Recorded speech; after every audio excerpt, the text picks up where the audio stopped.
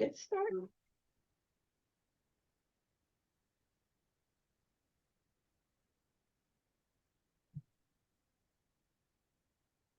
You're listening to Yolanda Robinson in the Know.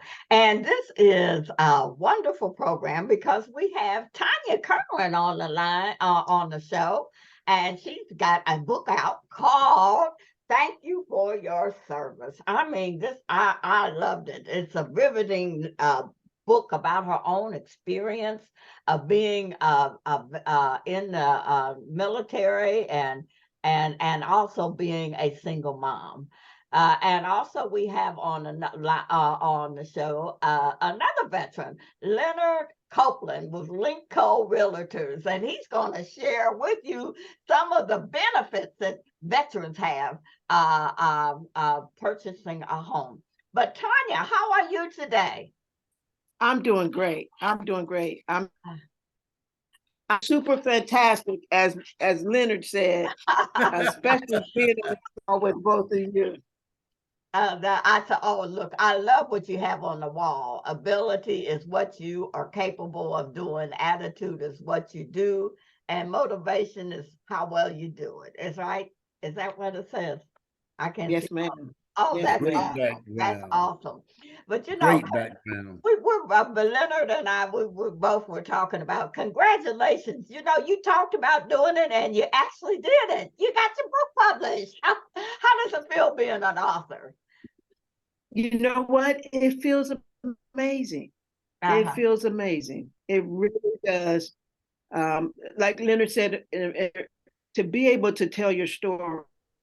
And I have 3 sons and 11 grandchildren and didn't know my story. And so I didn't want anything to happen and I'm not here and no one know my story. So I'm very grateful that I was pushed by a good friend to write it. Oh, that is awesome. Amen. And it's a good book too. It's a very good book. It's very well written. My goodness. And it's easy read. You just can't put it down. Thank you. Thank you. Thank you. It's really, really, really good. But it's what else inspired you to write your book? What inspired you to do it? You wanted your children and Well, Yolanda, last year, this time, May last year, I had a hemoglobin of 5. If you Google that, it only gives you 2 options: death, massive heart attack, sudden massive heart attack. And so when you get that close to death and have a health crisis, it makes you evaluate things a lot different. And so it does. And I was in the Army for 11 and a half years. I traveled. To be honest, most of my family, friends did not know what that is. And Leonard knows what it requires to be a soldier, to be in war. Yes. Live in Germany 8 years. And so when I got that close to death, Navy buddy friend of mine that I've known since I was young, he said, Tonya, if you don't live, he said, no one will know your story. Yeah. No one will understand why you are who you are. Yeah. And so by that, he encouraged me. And also, we hear about men and we see all these movies of men, but we don't get to always hear what happens to female soldiers. Yes. Yes. And so I wanted to give people the perspective of what it is to be a female in the Army. Because there's no, Leonard, you agree, there's no different Army. We all serve the same Army. We're treated the exact same. They don't give us women no break. That's what I was reading. I said to me, they're going to make you jump out the helicopter. I would say, I don't think so. And you had to do all that.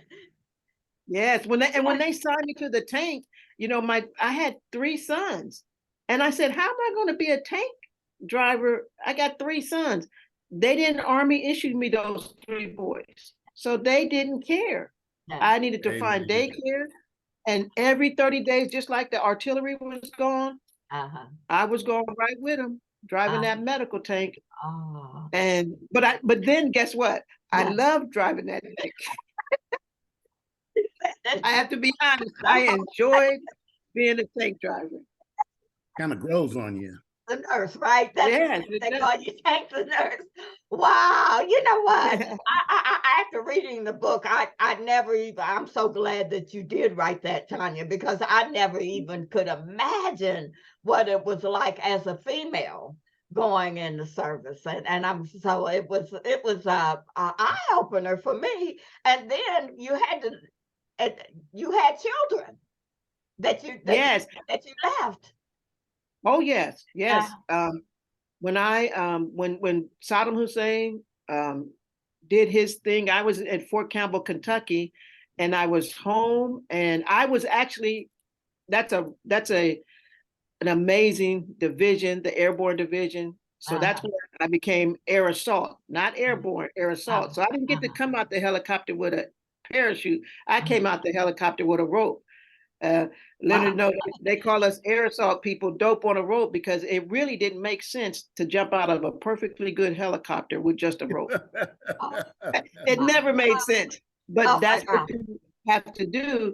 But I was up for rapid deployment, so that meant every month around the world in those types of units, there's a brigade that is ready to be anywhere in the world within 24 to 48 hours. And that's what that was what I was signed up for and what I was prepared for. So my mom had to rush to Fort Campbell to pick up my two sons and bring them here. And my husband's mother and my mother took care of them while we were sent off to Kuwait. Oh my goodness. Now, how long did it take you to write the book? And did you do a tape first and then do it? But tell me about that. You know what? Raymond Aaron is an amazing publisher, and he has an amazing formula. It's called the 10-10-10. 10 chapters, 10 weeks, 10 days. Now, it took me longer than that because, again, I was not feeling well. I was very sick. Yeah. But I did have time to take that elephant and break it down into bite-sized pieces. And that's what he shows you in his program, his boot camp. He shows you how to take your story, break it down into little pieces, and then you just put the pieces together and it all falls in. So let's say from August of last year, and I think I had the first copy March of this year. Wow. With all the going back and editing and everything. Well, that's so less than a year. Yeah, it sounds like an amazing publisher to have you do little bits of your book, because a lot of people say, I want to do the book, but then when you get ready to do it, it just seems to be so overwhelming, on what you want to do. And then he's just telling you, it's like they say, how do you beat an elephant? You just take little bit at a time. And so and then you did, and look at you got the product. Wow. Yeah, that's a very good analogy. Very good analogy. Oh, wow. That's now when I know that I have more appreciation for your book. For your book and for the work that you did serving our country. Thank you. If I said thank you 10,000 times, it wouldn't be enough, because it's people like you that make it safe for us to get to move around and do what we do. But what did you want the reader to learn? What was the main thing that you wanted the reader to learn from your book, Tonya? Wow. Well, I think one, an appreciation for soldiers, and Leonard can tell if what I say is an accurate statement. What makes a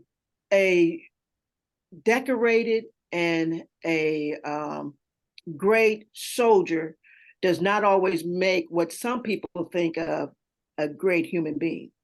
Some of our soldiers have been disrespected, treated wrong. A soldier comes back and the family doesn't know how to appreciate that family member, because that family member went in one way and came back another. But what I want people to know is the sacrifice that the men and women do, way different than just being away from family, eating rations, staying up all night and doing all that. Soldiers don't get to process emotions. So Leonard would tell you, we can lose a soldier. You form bonds that are so much stronger than anyone can imagine. And if I lost a soldier today, I still got to be up tomorrow running PT.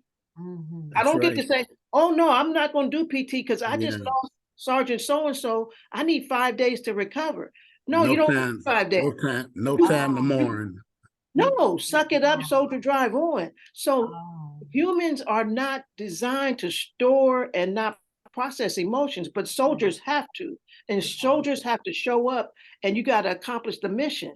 So that sometimes when we come back, we're not the same emotionally as we were when we left. And sometimes we can't talk to you about everything. Me and Leonard could sit here and we could swap stories, and we were never assigned together, but we could have a good time sharing that we went through. You can't do that all the time with civilians. They wouldn't understand. And some things you don't want to tell them. And so these well-decorated soldiers that gave everything and lost friends and went through so much, we come back and we get judged wrong and judged in a negative and mistreated. And I just want them to know that not so. You talked about when you came back, you had this training, and you couldn't even get a decent paying job.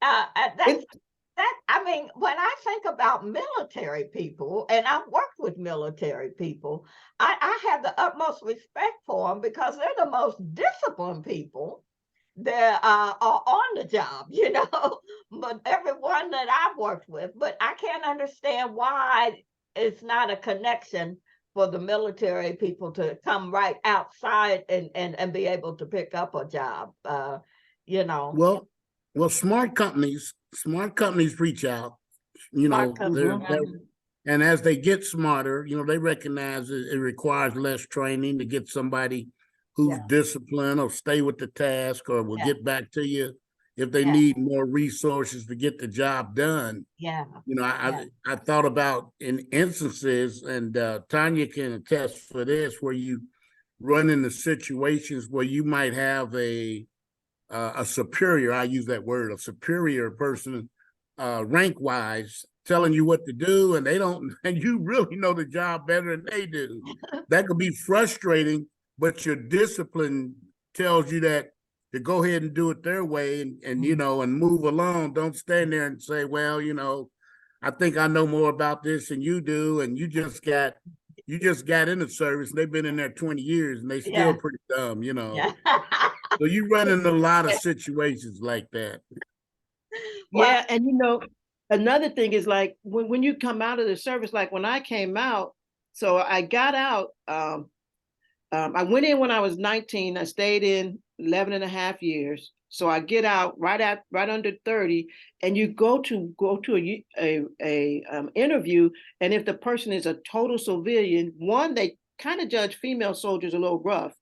Two, here I could be dropped anywhere in the world and set up a hospital, surgical unit, sling load vehicles, jump out of helicopters, drive a tank, do all these things, paramedics, save lives, draw blood, do all these things, all these decorations. And to this lady that's across from me, she's like, I don't care. You don't have any experience. So I could not find a job. And then the best job I found was $8 an hour for 3 sons. And here I've been in the military, and my medical's paid for, my dental's paid for. I don't need a gym membership because I run PT every day. Housing's paid for, and I still get my check. And now I get out in Columbus, Ohio. I'm only worth $8 an hour with 3 sons. I've never been on assistance. I was depressed. I was frustrated. I was like, you mean tell me I got to go all the way back to school? But there was a lady friend, Bobby, who was the CEO of Home Reach Home Care, that saw something in me and said, I'm gonna put you here. And she just advanced me. That's awesome. So God always takes care of you. God did. I'm glad she looked out for you. Leonard, there's some benefits about being a veteran. You know, you're with Linco Realtors. Could you tell them about that you can be that veterans can some of the things that your realtor company can do for veterans? Well, Yolanda, we've been serving Central Ohio home buyers and sellers for over 40 years. And I have really appreciated what we've been able to do for some veterans, you know, because sometimes they would just call up and to want to talk about rents. And our thing was why pay rent when you could buy? You know, we kind of, the old WVKO, we got on there and started doing ads and our thing was fire your landlord. I still use that. You've seen that one before. But we were trying to point out to the veteran that you have a benefit that if used properly, you can earn, you can get a step ahead because, you know, most of us do realize, or they don't realize, I should say, that the main foundation of our financial life is a home ownership. So those people who can get a home with no money down are turning their backs on a tremendous benefit. Because in general, it might cost anywhere from 20% of the sales price as a down payment on down to 4% for an FHA deal, but that's still money out of your pocket. But that veteran benefit, I think, next to the educational benefit, which I'm sure Tonya has used and knows something about, those are just tremendous assets that you get from being a veteran. You know, and a lot of these people walking around either had nobody to talk to about that. That's why I think I told you that I'd learned so much from James Moss over the years, because, you know, he was one of those people who they love to say no to. You know, and he'll find a way to say yes, right? Yeah. And I'm showing that we only have a few more minutes left, but I want to ask you: Can you get multiple loans with the? Yes, you can, but not simultaneously. You know, actually my wife and I have had 5 different VA loans, which kind of surprises people because. But I was aggressive. You know, a lot of people didn't go to Central State, you know, university, then turn around and go to Ohio State. And so I had a strong leaning toward, you know, real estate. So and there was a principle, I need to explain this. There was a principle called leverage that I learned in graduate school up at Ohio State. By the way, that's when I met you. Yeah, that's true. Boy, I hate to say that was a long time ago, wasn't it? Yeah, it was. But leverage is what it takes to get that asset. So if you can get, and I think right now in Central Ohio, you can get a house for $600,000. Wow. For no money down. Okay. $600,000 for no money down if you're a veteran. And they can call you if they need what's that number that they can call for to well, that's that number is 614 375 2 buy 2 the number 2 and BUY or 2289. Let me say that again. 614 375 2289. I sound like a real estate ad, don't I? It does. But hey, Tonya, would you do it again? I mean, would you go into service again? No, you wouldn't. Okay. No, but I don't discredit everything that I learned and everything that I gained. But no, I wouldn't do it again. You wouldn't do it again. Now, if people wanted to buy your book, how can they purchase your book? They can go to www.thankyouforyourservice, which is the title, Thank You for Your Service, book.com. Just put book before you put .com. Thank you for your service, book.com. And if because of this show, Yolanda, if they contact me directly, my just text, 614-452-2771. I can, and they're in the local area, or even if I got it shipped to them, they will get it discounted. All right, a discount. I mean, and when you call Tonya or Linko, you tell them that you got it from Ask Yolanda Robinson in the Know. Okay, Ask Yolanda. Yes, I'm going to call you. Know. That sounds like an ad too. No, it is definitely. Thank you very much. Let me ask this. Let me ask this. Is this a book that might help a high schooler who's contemplating the military with that, if they had a copy of a book like that, yes, sir, that they could go in there and take a look at it and read it? You think it might help them? Yes, sir. Okay, well, I'm gonna go on your website and see about possibly purchasing multiple copies to maybe place in some of these high schools, because I feel, and a lot of friends that I talk to feel like if we found something for some of these kids to do on the streets, maybe they'll stop killing each other. A guy told me at the VA a couple of weeks ago, he says, you know what, Copeland? He says, if these kids went to the service, they brought the draft back. I'm not advocating that. I don't want no letters. He said, if these kids went to the service, they wouldn't even want to see a gun when they got out of there, and he says, we got to do something to turn this thing around. And I know that we do a lot of praying and we do a lot of counseling, but I'm gonna get with you to see about the possibility of putting some of those books in some of these high schools around town. Yes, sir. Yes, sir. So I will be emailing you. All right.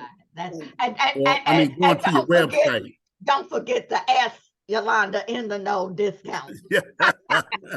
That's right. That's right. Don't forget when you call, say. I think they'll recognize me when I think if it goes to Tonya, they'll recognize me when I contact them. I just wanted to make sure that y'all said that. But you know what? It's been so good to have both of you on the show again. I enjoy hearing talking about things that happen in the military. Tonya, I know in the book you said you didn't get your nursing degree when you first went in there, but you finally did. And now she is officially Tank the Nurse. I tell you, that is awesome. So don't forget, everybody, you can get this book and share it with, like Leonard, with some of the high schools. And don't forget about Linko Realtors. We're going to be doing a cell phone workshop. It's absolutely free. You can call Linko Realtors or me. And for the first 30 people that register, so sign up, and anything that you want to know about a cell phone, you will come out knowing more than you did before, so, and that's on June the 10th from 1:30 to 3 at Mount Gershom Baptist Church. And Mount Gershom is doing a fundraiser, which is in back of Leonard's sign. The sign in back of Leonard, where they're raising money for a sign for their church. So don't forget to contribute. And guess what? Thank you all for being on this week's program. One more point. I got one more point before I let you go. Okay. They do. Didn't you say they had to register for that cell phone training? Yeah. It has to be pre-registration. Yeah, pre-registration. Seats are limited. Yes, the limited seats. So you have to pre-register. So, and it's being sponsored